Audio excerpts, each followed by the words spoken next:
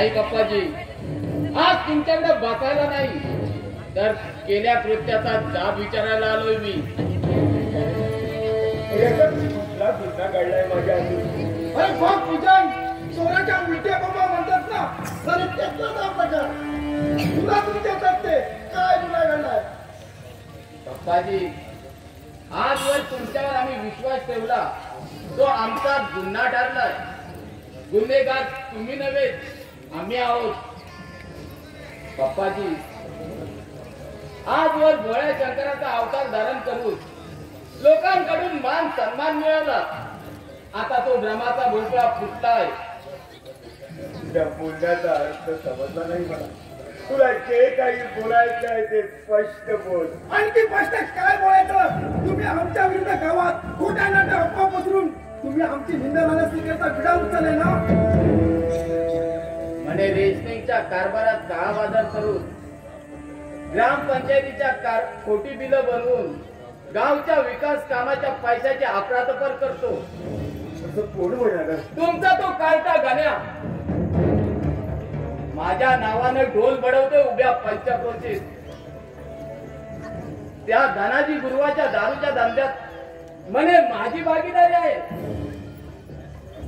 अरे भुजंग, 4 पैसे तू कमवतोस, आजूबाजूच्या 22 गावातील लोक तुझ्या शब्दांना किंमत देतात. अरे तेच बघवत नाही या लोकांना. स्वतःच्या जन्माचे दारिद्र्य आपल्याप्रमाणे इतरांनी दारिद्र्य राहावं असं वाटत नसेल त्यांना.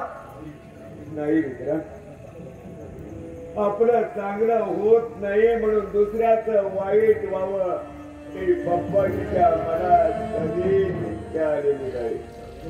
परमेश्वरानं मला तशी इच्छा सुद्धा देऊ नये, इच्छा सुद्धा देऊ नये. तुमची इच्छा कळून चुकली आम्हाला. माझ्यासारख्या प्रतिष्ठित माणसाला नालायक ठरवून पाण्याचा तुमचा डाव हाणून पाडीन मी. तुमच्या अशा इच्छेमुळेच आयुष्यभर भिकारी राहिलात तुम्ही. पैसा हे सर्वस्व मानणाऱ्या माणसाच्या नजरेतून भिकारीच आहे. आता भिकारीच आहे. आता आणखीन भिकारी व्हावं लागणार आहे.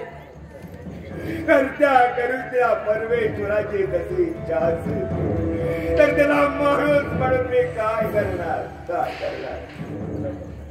इच्छा परमेश्वराची नाही, या भुजंगराव पाटलाची आहे. माझ्या माणसाच्या थोबाडीत मारून तुमच्या त्या कार्ट्या गण्यानं या भुजंगराव पाटलाला आजमवण्याचं धाडस केलंय.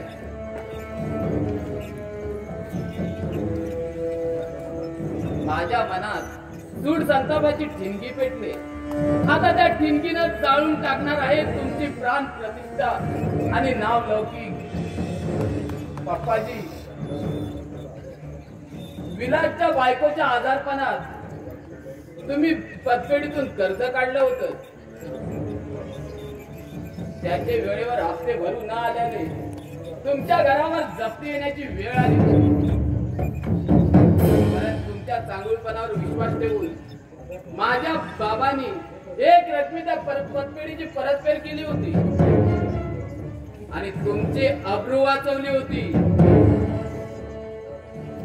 त्यांचे खूप मोठे उपकार आहेत माझ्यावर.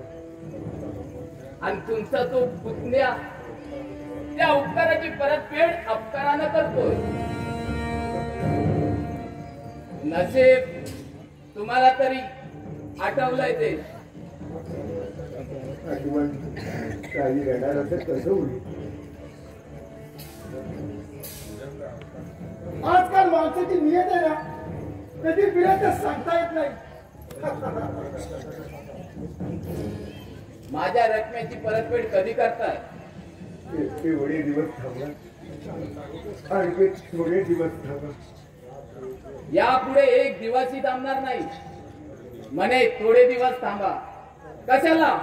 तुमच्या मरणाची वाट बघायला. हो, म्हणजे यांच्या बरोबर पैशालाही मूठ पाठी द्यायला मोकळी.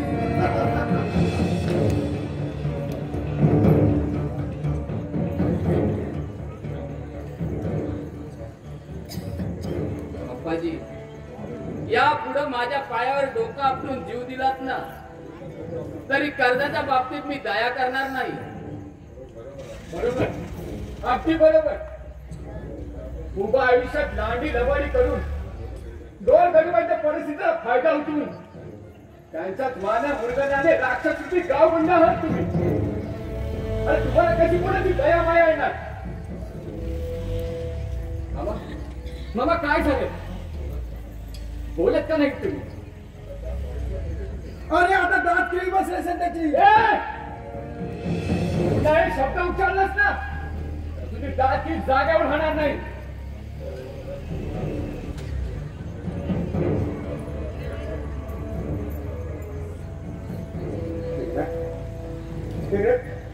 तू काही बोलू नकोस. पण मामा, तुमच्या डोळ्यात पाणी येत आहे पण काय झालं ते मला कळायला हवं.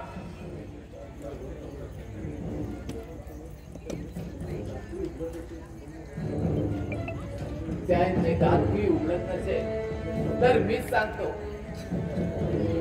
विराजच्या बायकोच्या आजारपणात पप्पाजीने माझ्या बाबांकडून घेतलेली रक्कम मला आता परत हवे. किती दिवसाच्या मुदतीत? आता मुदत कसली? एवढे दिवस थांबलो तीच मेहरबानी समज. एखाद्याच्या परिस्थितीचा असा फायदा वेळेत कसल्याने माणुसकी? इथं माणुसकीचा प्रश्न नाही बुजान, व्यवहार आहे. आणि अशा व्यवहारात जर आपण बाईकला ठेवत दिलो तर हाती पिकेची झोळी घ्यावी आपल्याला. पैशाच्या लोभानं माणुसकी पायदळ जुडू पाण्यात तुमच्यासारख्या माणसाच्या झोळीत कुणी भीक घालणार नाही. अरे बुजान, खूप करायला चांगली जनावर म्हणायचं मात चढला या लोकांना. आम्हाला जंगली जनावर म्हणणे इतका मात चढलाय काय? अरे अचानक एक दिवस चरबी चढेल तुमची. पप्पाजी, हा तुमचा उर्मट भाचा आमचा अपमान करण्याचा धाडस करतोय. बेभान चालणाऱ्या याच्या जिभेला वेळीच आवर घाला, नाहीतर या गावात